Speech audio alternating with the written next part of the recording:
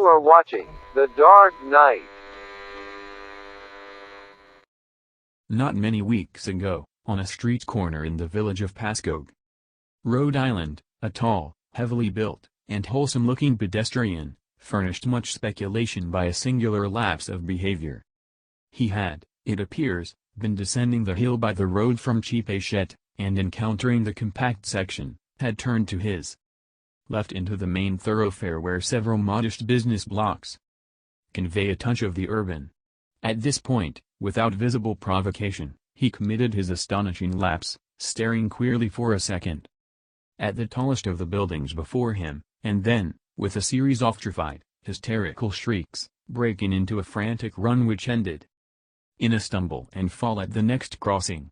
Picked up and dusted off by ready hands, he was found to be conscious, organically unhurt, and evidently cured of his sudden nervous attack. He muttered some shamefaced explanations involving a strain he had undergone, and with downcast glance turned back up the Cheapside road, trudging out of sight without once looking behind him. It was a strange incident to befall so large, robust, normal-featured, and capable-looking a man, and the strangeness was not lessened by the remarks of a bystander who had recognized him as the boarder of a well-known dairyman on the outskirts of Cheapside. He was, it developed, a New York police detective named Thomas F. Malone, now on a long leave of absence under medical treatment. After some disproportionately arduous work on a gruesome local case which accident had made dramatic, there had been a collapse of several old brick buildings during a raid in which he had shared, and something about the wholesale loss of life, both of prisoners and of his companions, had peculiarly appalled him. As a result, he had acquired an acute and anomalous horror of any buildings even remotely suggesting the ones which had fallen in, so that in the end mental specialists forbade him the sight of such things for an indefinite period.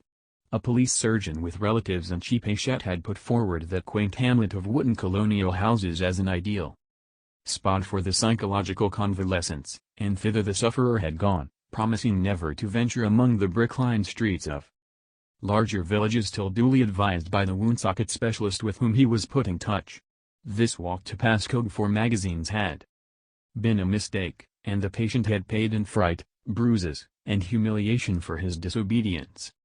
So much the gossips of Cheapside and Pascoag knew, and so much also, the most learned specialists believed. But Malone had at first told the specialists much more, ceasing only when he saw that utter incredulity was his portion. Thereafter he held his peace, protesting not at all when it was generally agreed that the collapse of certain squalid brick houses in the Red Hook section of Brooklyn, and the consequent death of many brave officers, had unseated his nervous equilibrium.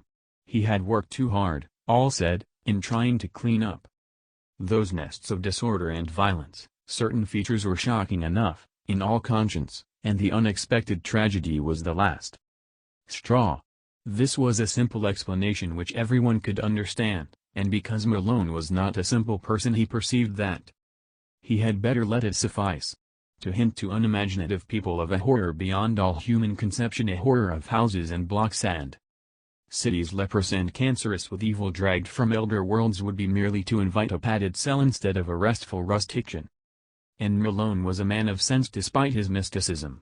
He had the Celt's far vision of weird and hidden things, but the logician's quick eye for the outwardly unconvincing, an amalgam which had led him far afield in the 42 years of his life, and set him in strange places for a Dublin University man born in a Georgian villa near Phoenix Park. And now, as he reviewed the things he had seen and felt and apprehended, Malone was content to keep unshared the secret of what could reduce a dauntless fighter to a quivering neurotic, what could make old brick slums and seas of dark, subtle faces a thing of nightmare and eldritch portent. It would not be the first time his sensations had been forced to bide uninterpreted, for was not his very act of plunging into the polyglot abyss of New York's underworld a freak beyond sensible explanation?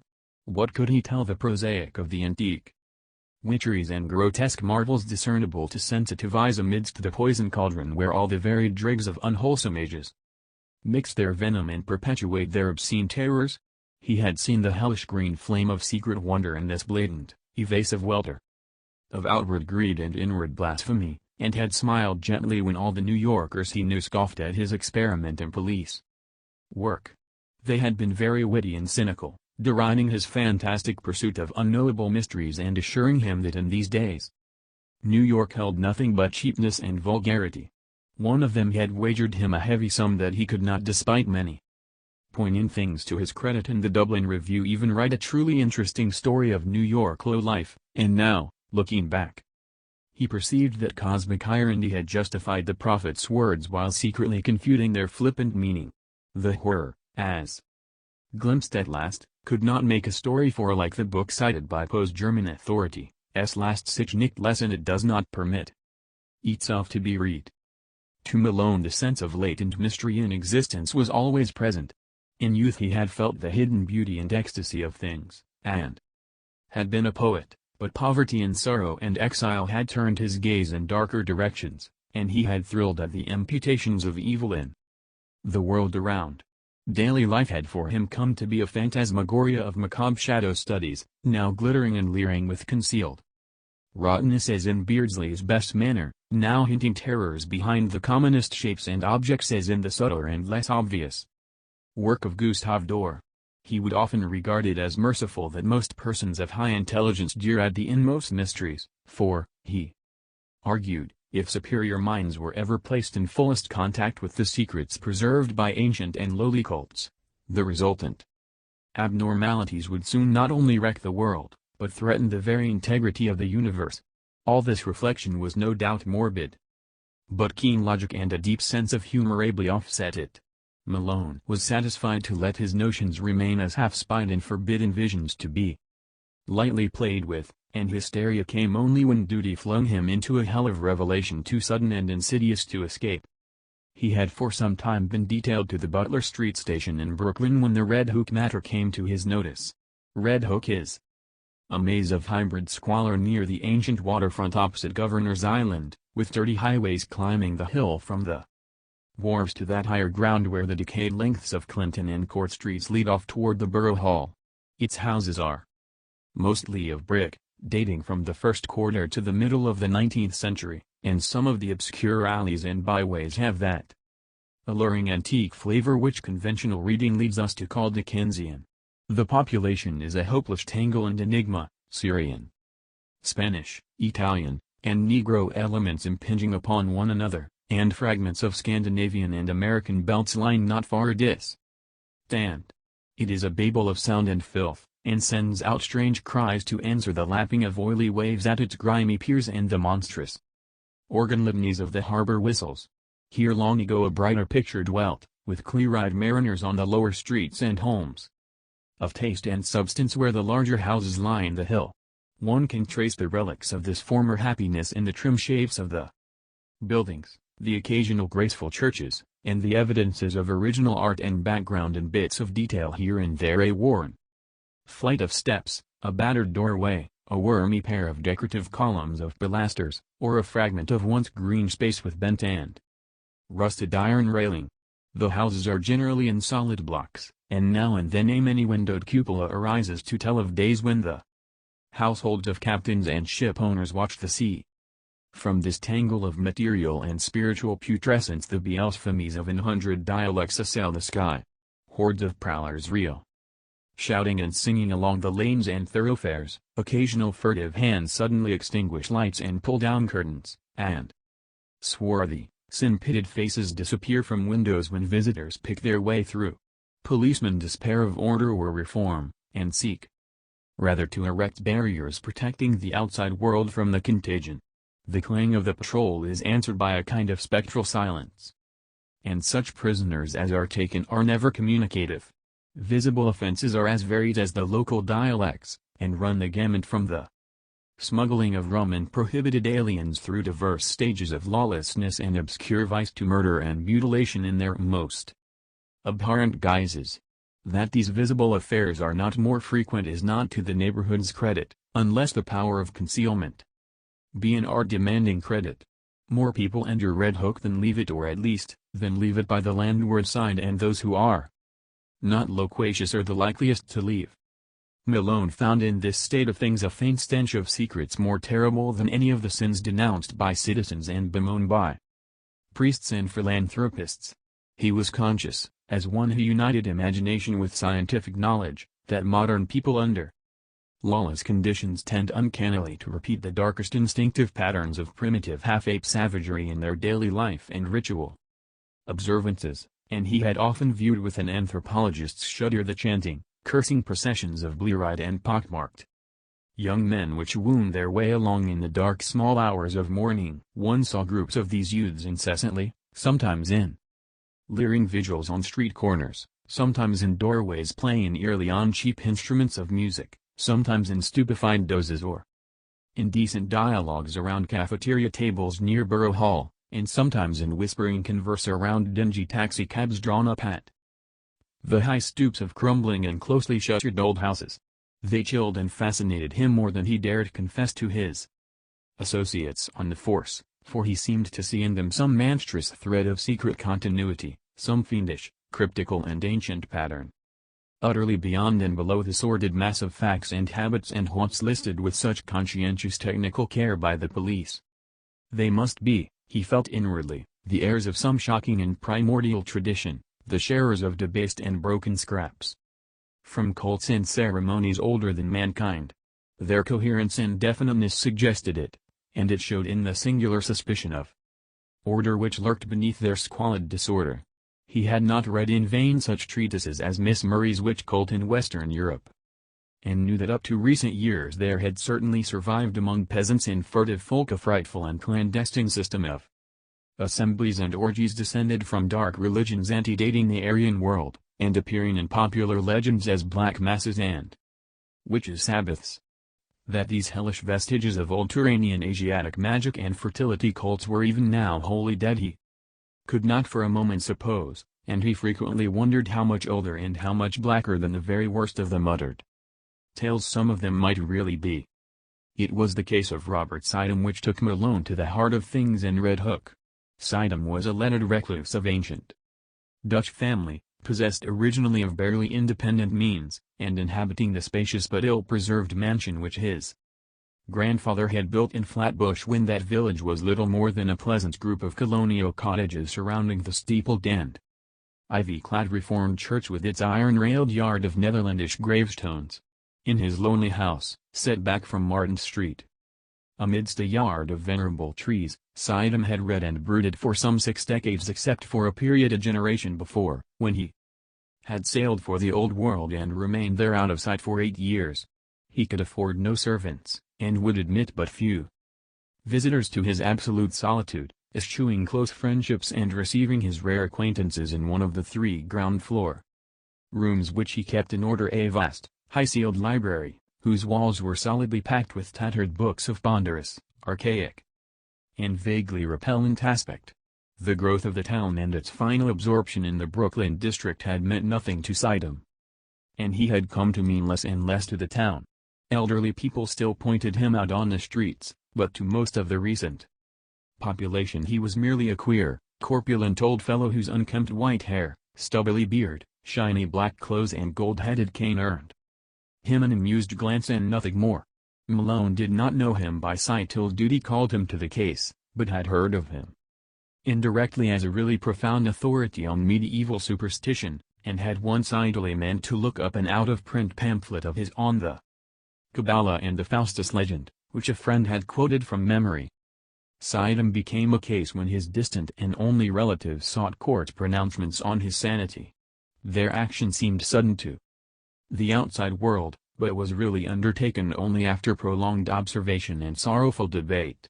It was based on certain odd changes in his speech and habits, wild references to impending wonders, and unaccountable hauntings of disreputable Brooklyn neighborhoods. He had been growing shabbier and shabbier with the years, and now prowled about like a veritable mendicant, seen occasionally by humiliated friends in subway stations, or loitering on their benches around Borough Hall in conversation with groups of swarthy, evil-looking strangers. When he spoke it was to babble of unlimited powers almost within his grasp, and to repeat with knowing leer such mystical words or names as Sephiroth, Ashmedai and Samael. the court action revealed that he was using up his income and wasting his principal in the purchase of curious tomes imported from London and Paris, and in the maintenance of a squalid basement flat in the Red Hook district where he spent nearly every night, receiving odd delegations of mixed rowdies and foreigners, and apparently conducting some kind of ceremonial service behind the green blinds of secretive windows. Detectives assigned to follow him reported strange cries and chants and prancing of feet filtering out from these nocturnal rites, and shuddered at their peculiar ecstasy and abandon despite the commonness of weird orgies in that sodden section. When, however, the matter came to a hearing, Sidam managed to preserve his liberty. Before the judge his manner grew urbane and reasonable, and he freely admitted the queerness of demeanor and extravagant cast of language into which he had fallen through excessive devotion to study and research. He was, he said, engaged in the investigation of certain details of European tradition which required the closest contact with foreign groups and their songs and folk dances. The notion that any low secret society was preying upon him, as hinted by his relatives, was obviously absurd, and showed how sadly limited was their understanding of him and his work. Triumphing with his calm explanations, he was suffered to depart unhindered, and the paid detectives off Sidam's, Orlears, and Van Brunt's were withdrawn in resigned disgust. It was here that an alliance of federal inspectors and police, Malone with them, entered the case. The law had watched the Sidam action with interest, and had in many instances been called upon to aid the private detectives. In this work it developed that Sidam's new associates were among the blackest and most vicious criminals of Red Hook's devious lanes, and that at least a third of them were known and repeated offenders in the matter of thievery, disorder, and the importation of illegal immigrants. Indeed, it would not have been too much to say that the old scholar's particular circle coincided almost perfectly with the worst of the organized cliques, which smuggled ashore certain nameless and unclassified Asian dregs wisely turned back by Ellis Island. In the teeming rookeries of Parker Place, since renamed where Sidam had his basement flat, there had grown up a very unusual colony of unclassified, slant-eyed folk who used the Arabic alphabet but were eloquently repudiated by the great mass of Syrians in and around Atlantic Avenue. They could all have been deported for lack of credentials, but legalism is slow-moving, and one does not disturb Red Hook unless publicity forces one to. These creatures attended a tumble-down stone church, used Wednesdays as a dance hall, which reared its Gothic buttresses near the vilest part of the waterfront. It was nominally Catholic, but priests throughout Brooklyn denied the place all standing in authenticity, and policemen agreed with them when they listened to the noises it emitted at night. Malone used to fancy he heard terrible cracked bass notes from a hidden organ far underground when the church stood empty and unlighted, whilst all observers dreaded the shrieking and drumming which accompanied the visible services. Sidam, when questioned, said he thought the ritual was some remnant of Nestorian Christianity tinctured with the shamanism of Thibet. Most of the people, he conjectured, were of Mongoloid stock, originating somewhere in or near Kurdistan, and Malone could not help recalling that Kurdistan is the land of the Yazidis, last survivors of the Persian Deva worshippers. However this may have been, the stir of the Sidam investigation made it certain that these unauthorized newcomers were flooding Red Hook in increasing numbers, entering through some marine conspiracy unreached by revenue officers, Comedy Harbor Police, overrunning Parker Place and rapidly spreading up the hill, and welcomed with curious fraternalism by the other assorted denizens of the region. Their squat figures and characteristic squinting physiognomies, grotesquely combined with flashy American clothing, appeared more and more numerously among the loafer and nomad gangsters of the Borough Hall section, till at length it was deemed necessary to compute their numbers, ascertain their sources and occupations, and find if possible a way to round them up and deliver them to the proper immigration authorities. To this task Malone was signed by agreement of federal and city forces, and as he commenced his canvass of Red Hook he felt poised upon the brink of nameless terrors, with the shabby, unkempt figure of Robert Sidam as archfiend and adversary. Police methods are varied and ingenious. Malone, through unostentatious rambles, carefully casual conversations, well-timed offers of hip pocket liquor, and judicious dialogues with frightened prisoners, learned many isolated facts about the movement whose aspect had become so menacing. The newcomers were indeed Kurds, but of a dialect obscure and puzzling to exact philology. Such of them as lived mostly as dockhands and unlicensed peddlers, though frequently serving in Greek restaurants and tending corner news stands. Most of them, however, had no visible means of support, and were obviously connected with underworld pursuits, of which smuggling and bootlegging were the least indescribable. They had come in steamships, apparently tramp freighters, and had been unloaded by stealth on moonless nights in rowboats, which stole under a certain wharf and followed a hidden canal to a secret subterranean pool beneath a house. This wharf, canal, and house Malone could not locate, for the memories of his informants were exceedingly confused, while their speech was to a great extent beyond even the ablest interpreters, nor could he gain any real data on the reasons for their systematic importation. They were reticent about the exact spot from which they had come, and were never sufficiently off guard to reveal the agencies which had sought them out and directed their course. Indeed, they developed something like acute fright when asked the reasons for their presence. Gangsters of other breeds were equally taciturn, and the most that could be gathered was that some god or great priesthood had promised them unheard-of powers and supernatural glories and rulerships in a strange land. The attendance of both newcomers and old gangsters at Siddham's closely guarded nocturnal meetings was very regular, and the police soon learned that the erstwhile recluse had leased additional flats to accommodate such guests as knew his password, at last occupying 3 entire houses and permanently harboring many of his queer companions. He spent but little time now at his Flatbush home, apparently going and coming only to obtain and return books, and his face and manner had attained an appalling pitch of wildness. Malone twice interviewed him, but was each time brusquely repulsed.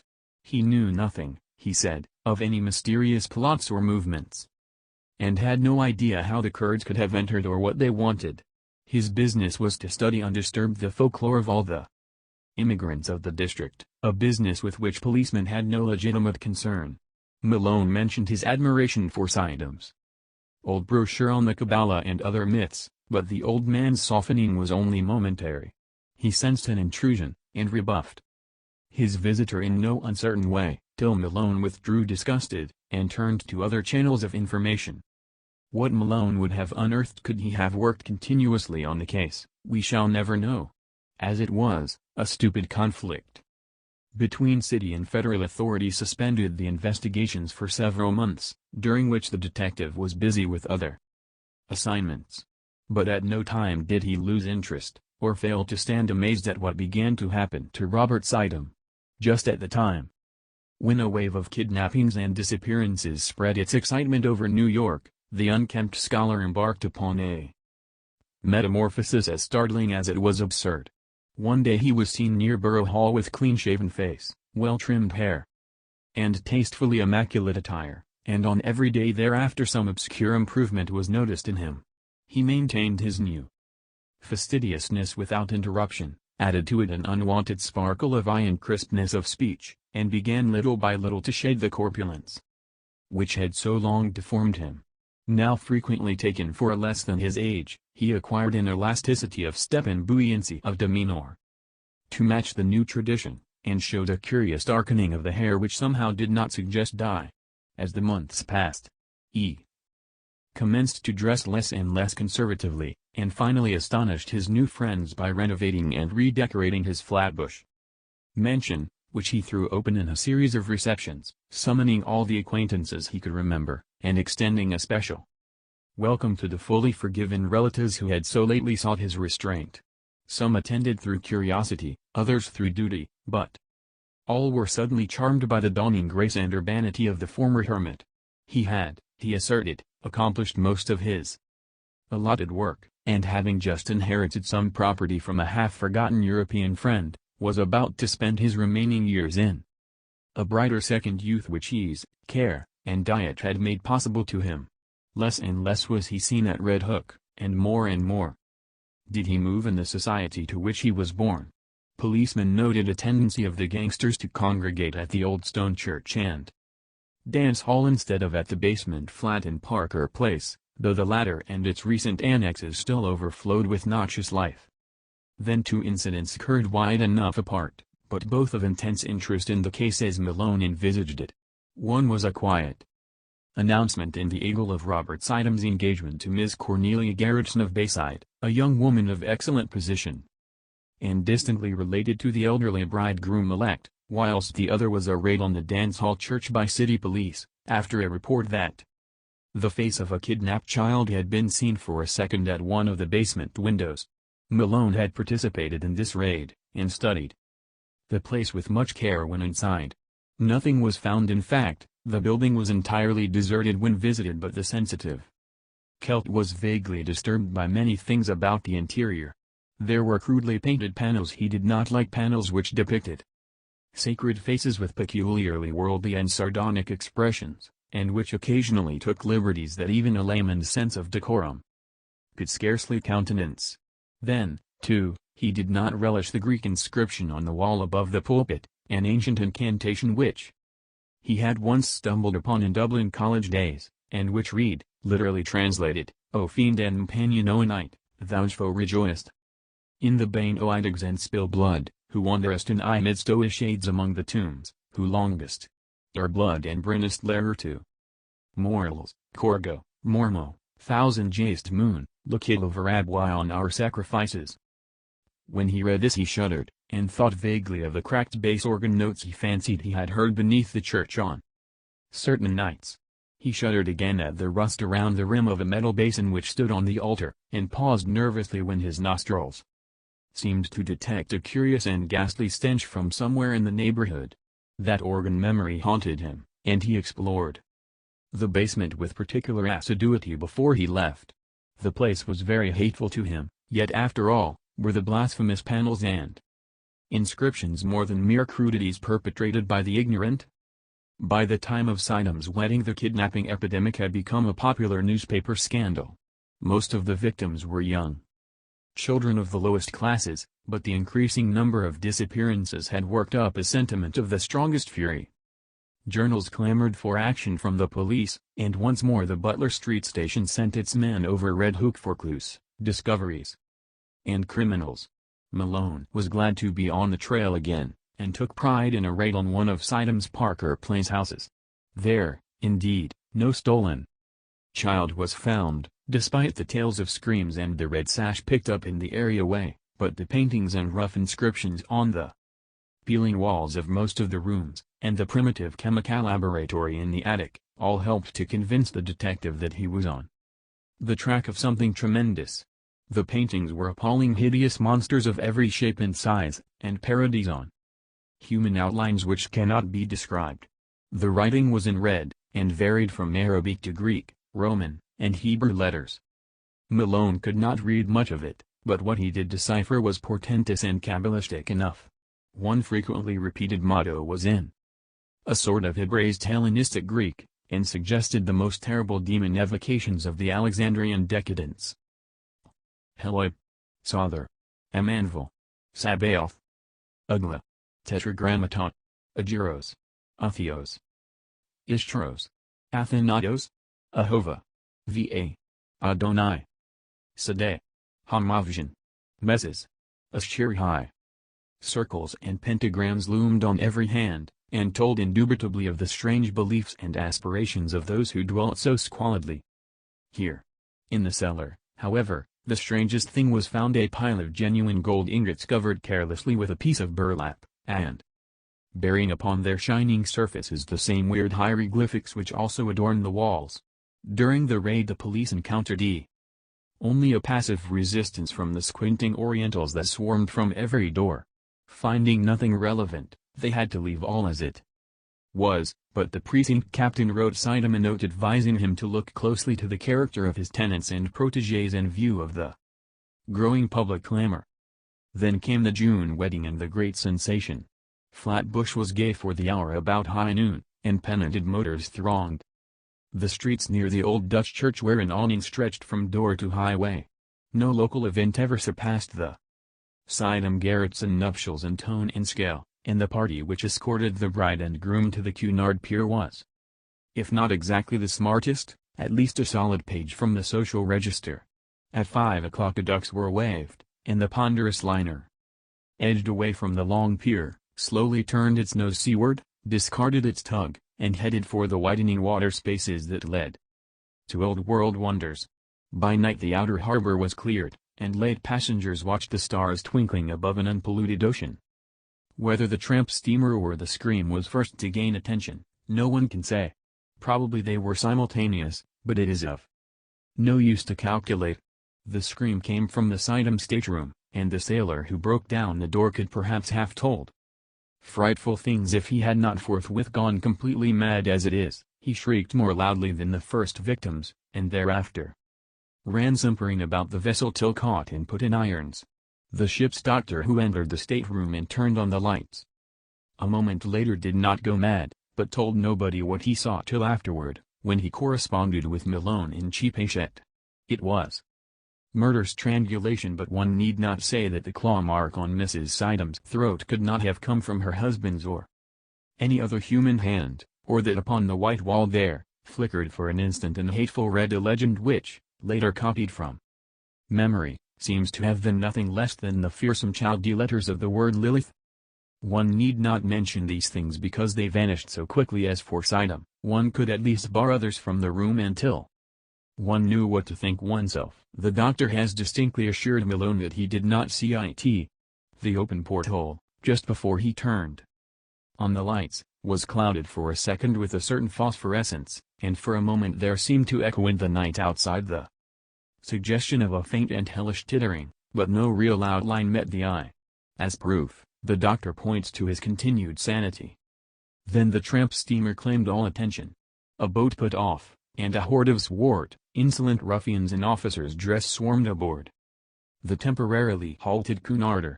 They wanted Sidham or his body. They had known of his trip, and for certain reasons were sure he would die. The captain's deck was almost a pandemonium, for at the instant, between the doctor's report from the stateroom and the demands of the men from the tramp, not even the wisest and gravest seaman could think what to do. Suddenly the leader of the visiting mariners, an Arab with a hatefully negroid mouth, pulled forth a dirty, crumpled paper and handed it to the captain. It was signed by Robert Sidham, and bore the following odd message: "In case of sudden or unexplained accident or death on my part, please deliver me or my body unquestioningly into the hands of the bearer and his associates. Everything, for me, and perhaps for you, depends on absolute compliance. Explanations can come later. Do not fail me now. Robert Sidham." Captain and doctor looked at each other, and the latter whispered something to the former. Finally they nodded rather helplessly and led the way to the Sidham stateroom. The doctor directed the captain's glance away as he unlocked the door and admitted the strange seaman, nor did he breathe easily till they filed out with their burden after an unaccountably long period of preparation. It was wrapped in bedding from the berths, and the doctor was glad that the outlines were not very revealing. Somehow the men got the thing over the side and away to their tramp steamer without uncovering it. The Cunarder started again, and the doctor and a ship's undertaker sought out the Sidham stateroom to perform what last services they could. Once more the physician was forced to reticence and even to mendacity, for a hellish thing had happened. When the undertaker asked him why he had drained off all of Mrs. Sidham's blood, he neglected to affirm that he had not done so, nor did he point to the vacant bottle spaces on the rack, or to the odor in the sink which showed the hasty disposition of the bottle's original contents. The pockets of those men, if men they were, had bulged damnably when they left the ship. 2 hours later, and the world knew by radio all that it ought to know of the horrible affair. That same June evening, without having heard a word from the sea, Malone was desperately busy among the alleys of Red Hook. A sudden stir seemed to permeate the place, and as if apprised by grapevine telegraph of something singular, the denizens clustered expectantly around the dance hall, church and the houses in Parker Place. 3 children had just disappeared, blue-eyed Norwegians, from the streets toward Gowanus, and there were rumors of a mob forming among the sturdy Vikings of that section. Malone had for weeks been urging his colleagues to attempt a general cleanup, and at last, moved by conditions more obvious to their common sense than the Conjectures of a Dublin dreamer, they had agreed upon a final stroke. The unrest and menace of this evening had been the deciding factor, and just about midnight a raiding party recruited from 3 stations descended upon Parker Place and its environs. Doors were battered in, stragglers arrested, and candlelighted rooms forced to disgorge unbelievable throngs of mixed foreigners in figured robes, mitres, and other inexplicable devices. Much was lost in the melee, for objects were thrown hastily down unexpected shafts, and betraying odors, deadened by the sudden kindling of pungent incense.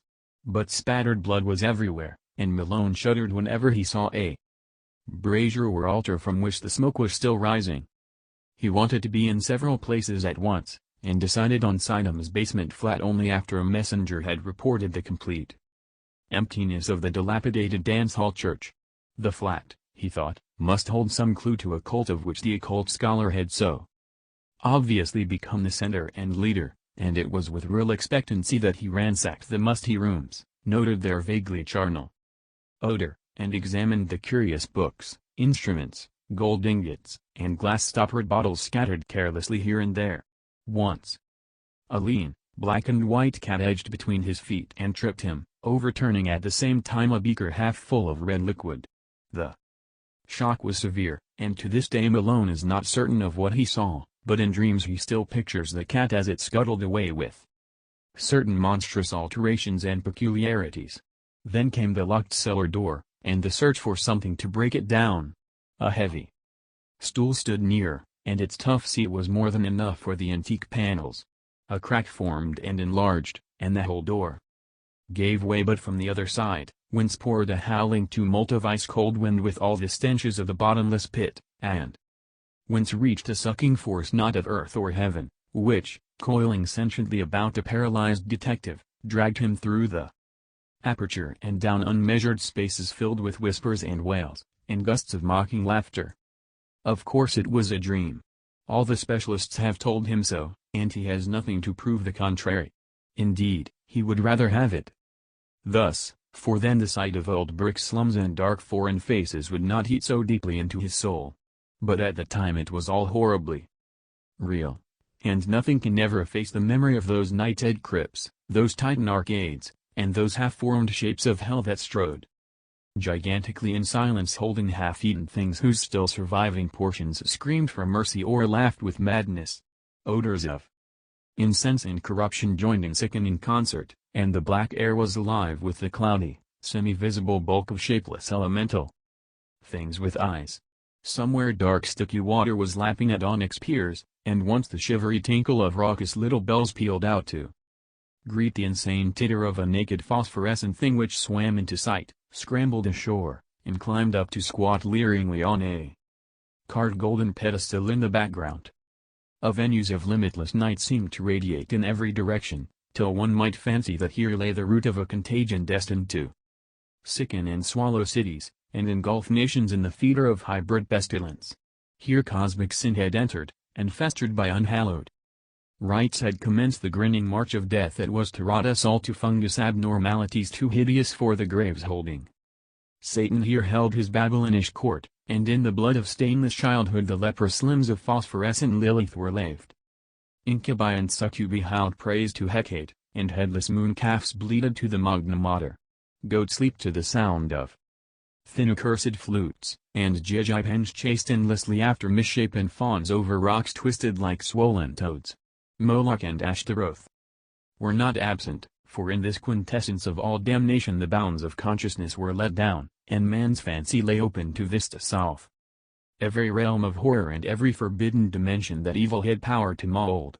The world and nature were helpless against such assaults from unsealed wells of night, nor could any sign or prayer check the Walpurgis riot of horror which had Cornwallis age. With the hateful key had stumbled on a hoard with the locked and brimming coffer of transmitted demon lore.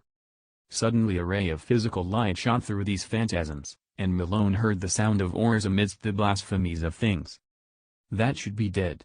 A boat with a lantern in its prow darted into sight, made fast to an iron ring in the slimy stone pier, and vomited forth several dark men bearing a long burden swathed in bedding. They took it to the naked phosphorescent thing on the carved golden pedestal, and the thing tittered and pawed at the bedding. Then they unswathed it, and propped upright before the pedestal the gangrenous corpse of a corpulent old man with stubbly beard and unkempt white hair. The phosphorescent thing tittered again, and the men produced bottles from their pockets and anointed its feet with red, whilst they afterward gave the bottles to the thing to drink from. All at once, from an arcaded avenue leading endlessly away, there came the demoniac rattle and wheeze of a blasphemous organ, choking and rumbling out the mockeries of hell in a cracked, sardonic bass. In an instant every moving entity was electrified, and forming at once into a ceremonial procession, the nightmare horde slithered away in quest of the sound goat, satyr, and jejipan, incubus, succubus and lemur, twisted toad and shapeless elemental, dog-faced howler and silent stutter in darkness, all led by the abominable, naked phosphorescent thing that had squatted on the carved golden throne, and that now strode insolently bearing in its arms the glassy-eyed corpse of the corpulent old man. The strange dark men danced in the rear, and the whole column skipped and leaped with Dionysiac fury. Malone staggered after them a few steps, delirious and hazy, and doubtful of his place in this or in any world. Then he turned, faltered, and sank down on the cold damp stone, gasping and shivering as the demon organ croaked on, and the howling and drumming and tinkling of the mad procession grew fainter and fainter.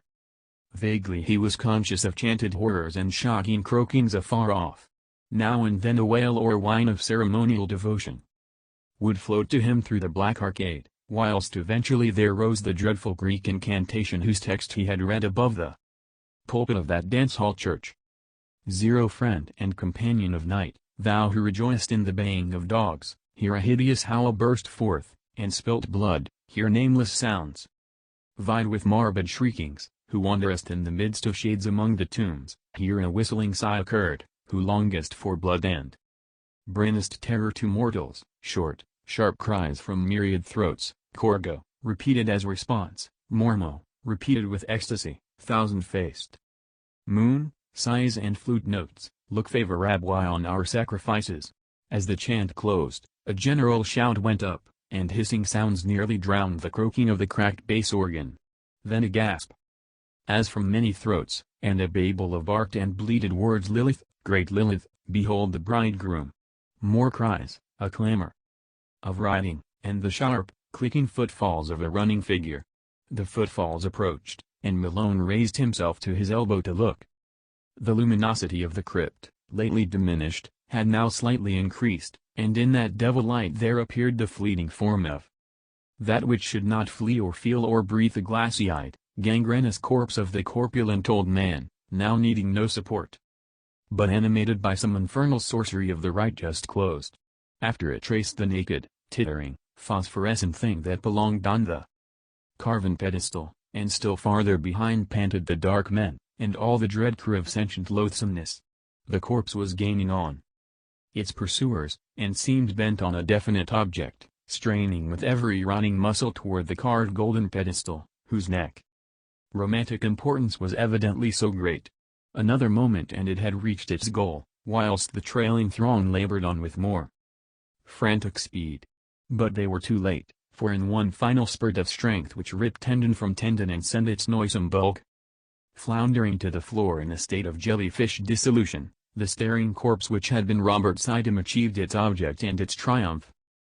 The push had been tremendous, but the force had held out, and as the pusher collapsed to a muddy blotch of corruption, the pedestal he had pushed tottered, dipped, and finally careened from its onyx space into the thick waters below, sending up a parting gleam of carven gold as it sank heavily to undreamable gulfs of lower Tartarus.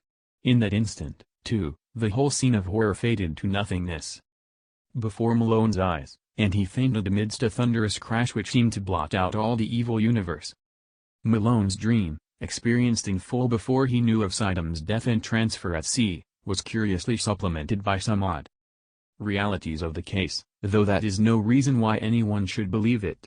The 3 old houses in Parker Place, doubtless long rotten with decay in its most insidious form, collapsed without visible cause while half the raiders and most of the prisoners were inside, and of both the greater number were instantly killed. Only in the basements and cellars was there much saving of life, and Malone was lucky too. have been deep below the house of Robert Sidham. For he really was there, as no one is disposed to deny. They found him unconscious by the edge of a night-black pool, with a grotesquely horrible jumble of decay and bone, identifiable through dental work as the body of Sidham, a few feet away. The case was plain, for it was hither that the smugglers' underground canal led, and the men who took Sidham from the ship had brought him home. They themselves were never found, or at least never identified, and the ship's doctor is not yet satisfied with the simple certitudes of the police. Sidham was evidently a leader in extensive man-smuggling operations, for the canal to his house was but one of several subterranean channels and tunnels in the neighborhood. There was a tunnel from this house to a crypt beneath the dance hall church, a crypt accessible from the church only through a narrow secret passage in the north wall, and in whose chamber some singular and terrible things were discovered. The croaking organ was there, as well as a vast arched chapel with wooden benches and a strangely figured altar. The walls were lined with small cells, in 17 of which hideous to relate solitary prisoners in a state of complete idiocy were found. Chained, including 4 mothers with infants of disturbingly strange appearance. These infants died soon after exposure to the light, a circumstance which the doctors thought rather merciful. Nobody but Malone, among those who inspected them, remembered the somber question of old Delrio, and sint unquam demons incubi et succubi, et in extalicing reciprits nasciquit. Before the canals were filled up they were thoroughly dredged, and yielded forth a sensational array of sawed and split bones of all sizes.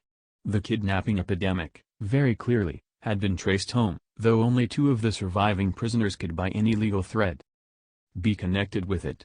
These men are now in prison, since they failed of conviction as accessories in the actual murders. The carved golden pedestal or throne so often mentioned by Malone as of primary occult importance was never brought to light, though at one place under the Sidham house the canal was observed to sink into a well too deep for dredging. It was choked up at the mouth and cemented over when the cellars of the new houses were made, but Malone often speculates on what lies beneath. The police, satisfied that they had shattered a dangerous gang of maniacs and man-smugglers, turned over to the federal authorities the unconvicted Kurds, who before their deportation were conclusively found to belong to the Yazidi clan of devil worshippers. The tramp ship and its crew remain an elusive mystery, though cynical detectives are once more ready to combat its smuggling and drum-running ventures. Malone thinks these detectives show a sadly limited perspective in their lack of wonder at the myriad unexplainable details, and the suggestive obscurity of the whole case, though he is just as critical of the newspapers, which saw only a morbid sensation and gloated over a minor sadist cult which they might have proclaimed a horror from the universe's very heart. But he is content to rest silent in cheap achete, calming his nervous system and praying that time may gradually transfer his terrible experience from the realm of present reality to that of picturesque and semi-mythical remoteness. Robert Sidham sleeps beside his bride in Greenwood Cemetery. No funeral was held over the strangely released bones, and relatives are grateful for the swift oblivion which overtook the case as a whole. The scholar's connection with the Red Hook horrors, indeed, was never emblazoned by legal proof, since his death forestalled the inquiry he would otherwise have faced. His own end is not much mentioned, and the Sidhams hope that posterity may recall him only as a gentle recluse who dabbled in harmless magic and folklore. As for Red Hook, it is always the same. Sidham came and went. A terror gathered and faded, but the evil spirit of darkness and squalor broods on amongst the mongrels in the old brick houses, and prowling bands still parade on unknown errands past windows where lights and twisted faces unaccountably appear and disappear. Age-old horror is a hydra with 1,000 heads, and the cults of darkness are rooted in blasphemies deeper than the well of Democritus. The soul of the beast is omnipresent and triumphant, and Red Hook's legends of blear-eyed, pockmarked youths still chant and curse and howl as they file from abyss to abyss, none knows whence or whither, pushed on by blind laws of biology which they may never understand. As of old, more people enter Red Hook than leave it on the landward side, and there are already rumors of new canals running underground to certain centers of traffic in liquor and less mentionable things. The dance hall church is now mostly a dance hall, and queer faces have appeared at night at the windows. Lately a policeman expressed the belief that the filled-up crypt has been dug out again, and for no simple explainable purpose. Who are we to combat poisons older than history and mankind? Apes danced in Asia to those horrors, and the cancer lurks secure and spreading where furtiveness hides in rows of decaying brick. Malone does not shudder without cause, for only the other day an officer overheard a swarthy squinting hag teaching a small child some whispered patois in the shadow of an areaway. He listened, and thought it very strange when he heard her repeat over and over again, "O friend and companion of night, thou who rejoiced in the bane of dogs and spilt blood, who wanderest in the midst of shades among the tombs, who longest for blood and bringest terror to mortals, Gorgo, Mormo, thousand-faced moon, look favorably on our sacrifices,